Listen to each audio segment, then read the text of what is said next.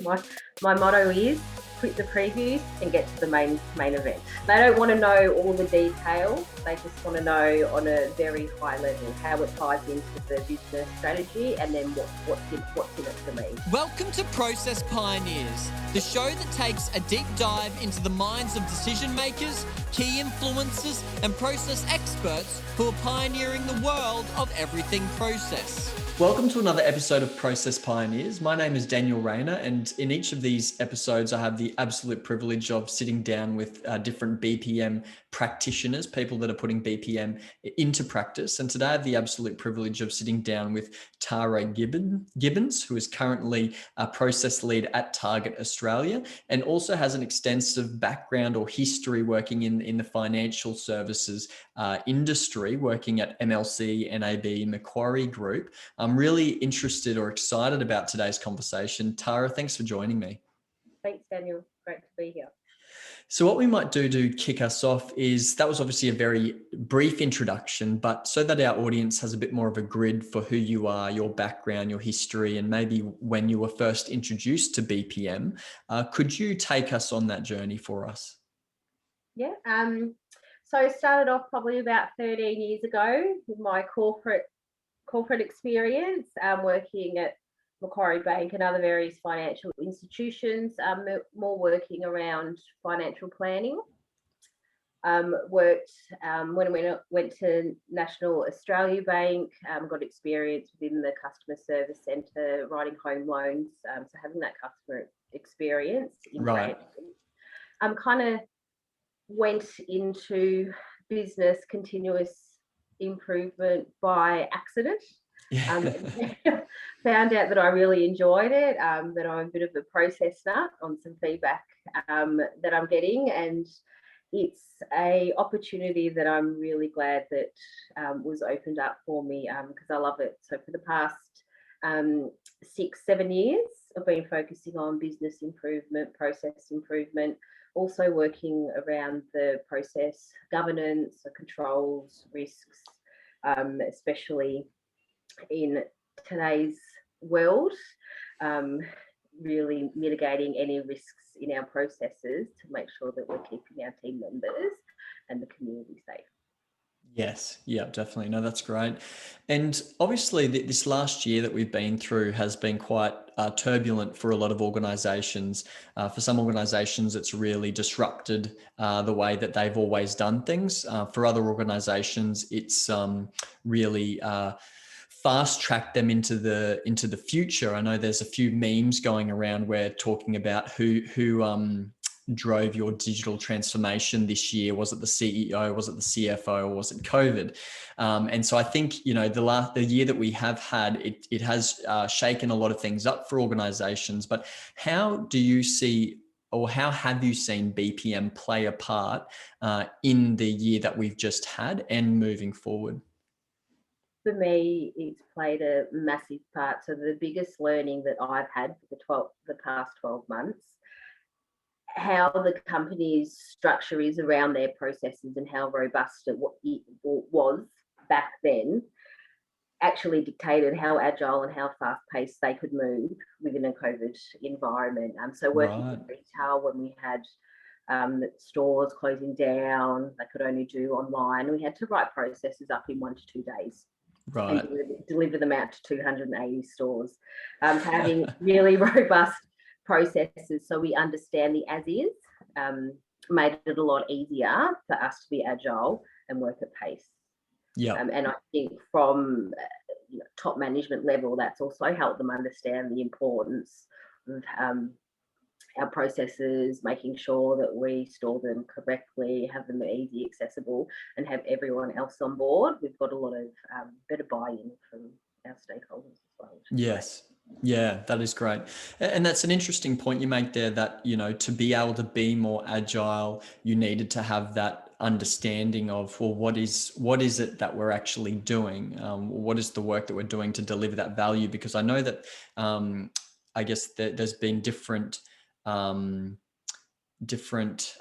guess mindset or thinking out there that process is in competition with being agile. Process is slow, it's governance, it's putting things in place. Agile is moving quickly and adapting quickly. But from your experience, it sounds like those two work very much hand in hand. Yeah. So the work that I do at Target, I'm very aligned, streamlined with our IT digital development team. So everything within our stores, we're trying to automate. We've got like iPhone devices that we're transferring over to cut out all the old processes we used to do on paper. Right. I mean, it's given me a real insight into how they work agile, how they do their sprints, and how I can break down those processes, projects and waterfalls. Well, you can actually you can adapt it, you can make it agile. It doesn't have to be perfect, and it's okay to fail as long as we learn and revise, and that brings in the continuous improvement, the lean and the Kaizen piece in. So for me, I think working with those IT teams and seeing how it works, then understanding how I could apply it, it's worked really well. Right. And I'd imagine that the more that the organization is comfortable with change and adapting and trying new things, the easier it is to implement new changes and improvements and get that buy-in, because it's just part of the existing culture. Yeah, and it's a lot of what we're doing now won't work. We need to think of something different and do things differently to be able to change and become a leading company in what we do. Yes, right. And there might be some people listening to this episode right now that, or well, when we release it, that they're hearing, I guess, a little bit about the culture, the environment that you're working in, and maybe they're working in an organization that's quite old or quite stagnate, if that's the right word. There isn't a lot of improvement going on, and maybe there isn't much of an understanding of their baseline. Was that ever a journey that you had to go through, where you had to pitch the value of process management, you had to pitch the value on understanding so you could improve? Was that something that you had to navigate, or was that a culture that you were brought into that obviously makes things a lot easier? When I was at NAB, it was a culture that I was brought into. Mm-hmm. Even though that culture was there, getting that stakeholder management, it's always going to be difficult, Right. wherever you go. When I moved to Target, culture was there a little bit, probably not as much. So there was a lot of work. They tried things in the past that weren't as successful as what they'd hoped. So there was a little bit of pushback on, okay, what's going to make this different? How is it going to work? Yes, right. And it was just being confident, sticking to my guns, knowing that this is the right thing to do. This is the right thing for the business. This is why. And then going out, implementing that, and then showing them how it worked. Yes. COVID helped that a lot. But they're just other little things, and taking people on the journey as well. So we were doing a lot of little improvements.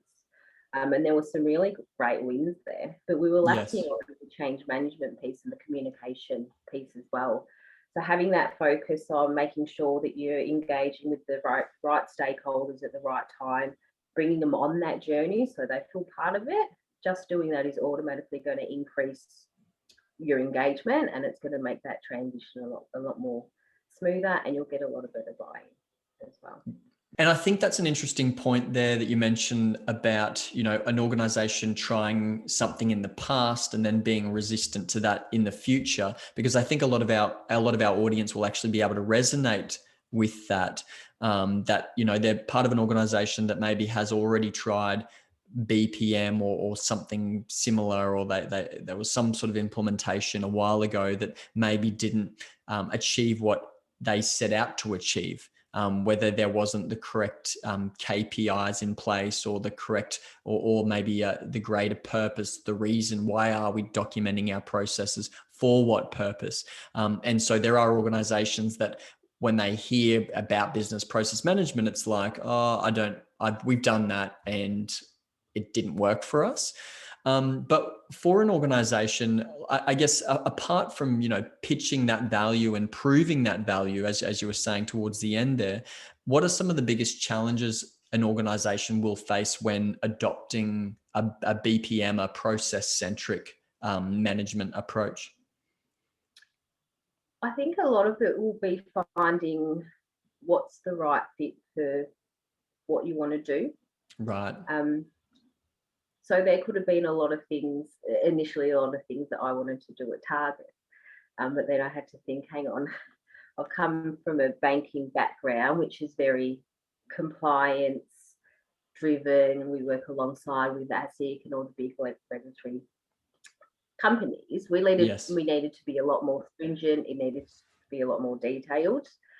It was actually understanding, like you said, what are we going to be doing with this? Going out to the stores, to the people that we're using it, and saying, why didn't it work in the past? Can you tell me a bit more about that? What do you need going forward? And building something that worked for the company, that they could see the value. And it was just making it really, really simple and kind of stripping a few things back rather than trying to make it bigger than Ben-Hur. Give them the base thing of what they need, and then you can progress it, because what you need as well is you need to make sure that it can be maintained. If you don't maintain it, you're just going to lose engagement after 2 or 3 months, and then you're back at square one again. Yes, right. And do you have any examples where you've implemented BPM and it has delivered significant value to the organization, whether that be, a radical transformation or innovation, or maybe it's a process that a few minor tweaks were done and it saved a significant amount of time or resources? Oh, I should know this. I just did my goal sheet. Caught me off guard. I know there had been, so back when I was at MLC, we had a process that had about 10 or 12 different handover points between different teams. Right. We questioned, why is it getting handed over so much? Every time you hand something over, there's also a wait period in between. Yeah. We got the teams together, we streamlined it down, and I think we took out about 5 to 8 of the handovers. This is for life insurance. So this is people waiting to get a check for something traumatic that's happened in their life. Mm-hmm. We were able to help our customers and give them a check 10 days earlier than the previous process. Yeah. We didn't have to change any of the actions. It was changing, who's actually responsible for who, and making it quicker and easier for the customer at the same time. Yes. Yeah. And that's huge. That's significant. And I think that's something that the senior leadership team, depending on the organization, that's what they're going to want to know is, well, if we implement this, what is the return going to be for the organization? How is it going to meet the objectives of the organization? But also, how is it going to increase that experience for our customers, or better that experience for our customers? Is it going to improve their lives in any way, therefore delivering value to the organization as well? So it's, I think, having those examples is something, or those case studies, or those stories, and even what you were saying before about don't make it complex, keep it simple, prove value. Once you've proven value, and not just for a one-off project, but something that's sustainable and maintainable, then there's going to be a lot more potential for the organization to adopt it in other areas and enterprise-wide as well. But we've talked about, obviously, the challenges an organization faces when adopting BPM, and then some potential wins there. In getting buy-in from that senior leadership team, apart from proving value, is how do you approach them? How do you speak their language? What sort of words should you be using and shouldn't you be using? Because I think there'll be people listening to this that may be very technical or maybe come from that technical background, but understanding that executive level and where they spend most of their day thinking about the overall strategy, the direction of the business. How do you communicate to that level and pitch the value of what you're doing? Yeah. So when I'm speaking to the top tier executive level, my motto is quit the previews and get to the main event. They don't want to know all the detail. They just want to know on a very high level how it ties into the business strategy, and then what's in it for me. What does it mean for the business? So within retail, we're very big on our EBIT. So we could be changing how we work within the online and back of house space. Will reduce the amount of processes. It will make the flow a lot quicker, getting our stock onto the shop floor, increasing sales, having a positive impact on EBIT. Yeah, that will be enough to get their buy-in. Yes. Yeah, definitely. That's good. And I think it's something that, if you want to get momentum or build support or get that sponsorship for a project or initiative, that's so true. You need to understand what's the terminology they're using, what do they care about, what keeps them awake at night, and how can you speak to their pain points or their problems, and is what you're proposing aligning with what they're already thinking about? I think that's good. And then obviously it's not just the senior leadership or the executive level you need to get that sponsorship or buy-in. It's also the process practitioners, the ones that are actually carrying out the improvements or the changes to a process. Because if you just walk into or send out a process to all 268 stores or however many you mentioned before, a new process improvement or change, and expect that to happen, I could imagine that sometimes there might be a little bit of a kickback or a little bit of a no, we want to do it this way, or it's better this way, or maybe not so much of a kickback, but maybe more of a passive. They just keep doing what they've always done, and you notice, hey guys, why aren't you doing what the new process is telling you to do? So I guess, how do you bring those process practitioners, those end users into the journey, so that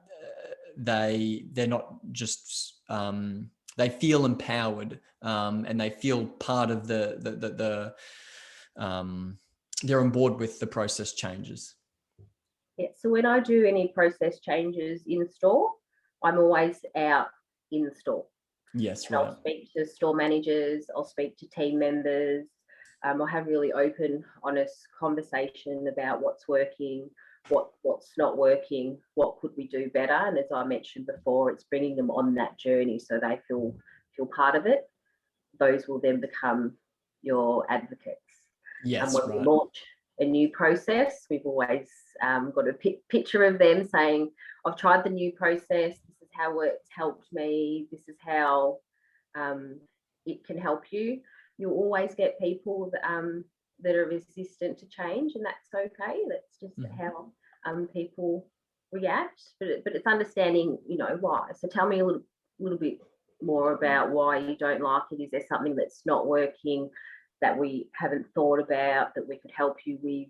Was it not communicated effectively? So just understanding why you're getting that pushback, and then going and addressing that.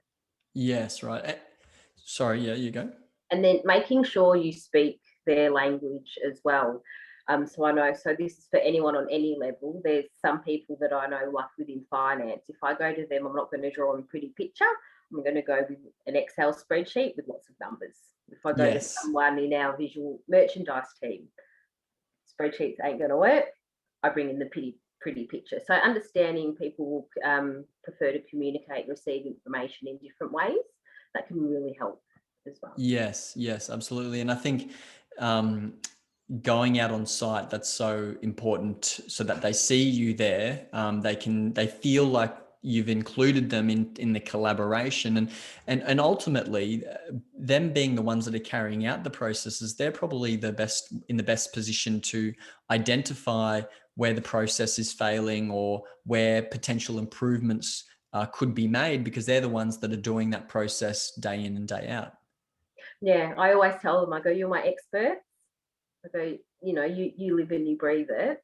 So I actually need to learn from you. Otherwise, it's another, what's this person from head office doing, pushing this out when she doesn't understand what it's like in stores, when we're the ones that need to deal with the customer when things don't work. Yes, definitely.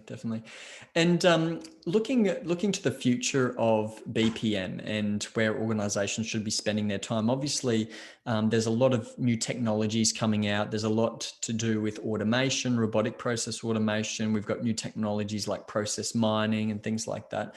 But every organization is at a different level of maturity. There'd be some organizations out there that they wouldn't even understand or know their baseline, where they're starting from. And so they wouldn't be ready for, say, automation, for example, because there could be a lot of areas for improvement or efficiency that they're missing out on before they start automating those processes. But over the next 2, 3, 5 years, where do you feel organizations should be investing their time, effort, and energy when it comes to BPM? I think a lot of it is going to be around the automation side. And Yes. for me, it's how do we make process fun? Right. Because I know in my team, I'm probably more of on the side of the fun squad. The process scale again. So it's, how do we make it more fun and engaging? I think the automation plays a massive part in where we can lead that. Yes, definitely. And are there, what are the, I guess, the fundamentals that, say there's someone listening right now that they're from an organization where they are, maybe they've got a few agile practices in place, or, but they don't have, there's nothing really documented or understood, as in how do we deliver value? I always think of this, or always get reminded of this story of, an Australian organization that was very process driven. And every time there was a problem somewhere in the organization and it got to that C level, the CEO would ask the question, well, do you understand the process? That would be his first question. And if you don't understand the process, go away and understand the process and then come back to me. And once you understand the process, we can then start talking about a solution. But I think when I hear that story, I think that there'd be so many organizations out there that people wouldn't be able to clearly articulate the process when there is a problem. So what are the fundamentals that an organization should start working on? Not that it's, a magic bullet or it can happen overnight, but what are the fundamentals that an organization should have in place as they're implementing BPM? For me, the baseline is, how do we operate as a company? Right. So what are the processes that we perform, and at least having a process map for those, because if you don't know what you're doing, you can't improve on something that you don't know. Yes, right. And then making sure that there's people in the organisation that know and understand those processes. So for me, I've only been in retail for 2 years. I know hardly any of the processes that stores target, because I've never worked in the stores, but I've got a reference material that I can go to. And I ask a lot of questions that nobody else would, because they actually get too close to the process. Okay. That's very interesting. For me, innovation can be drawn out of someone that's picked up from one area, plonked into another area and asked, what do you think? What are your thoughts? What do you think can we do better? But to have that, they need to understand it. What's the baseline? process that we've got at the moment. So we've got our starting blocks to build upon. Yeah, that's so interesting. I think that we see that happen a lot in the startup space, where companies or businesses are started not by people from within an industry, but sometimes from people external to the industry. That, for example, if we look at the big startup stories of the last 10, 15 years, like Uber or Airbnb, like the guys that started Airbnb, unless I've got my facts incorrect, they didn't come from the hospitality or the tourism industry. There was a problem that they identified that they wanted to solve, and they didn't have all of that, I guess, prior knowledge from the industry that was like, oh, well, this is the way it's always been done, there's no other way.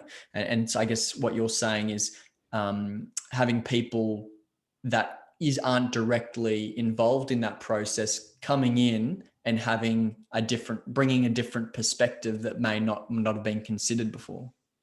Yeah, they'll ask the why. So when I was running workshops at NAB for financial planning, having worked there in that department, I'd have to pull myself back because I'd be running it and I'm like, I think I know what the solution is here. I'll do this, and this. And I'm like, no, because I'll have tunnel vision. Whereas the other people go, okay, yeah, I'll go, we should do it this way because that's how it's been done. But people that haven't been in there will be, well, why? Why have you always done it that way? Does it work? What could be done better? They'll probe a little bit more, ask why a few more times, and that's when you get your ideas generated.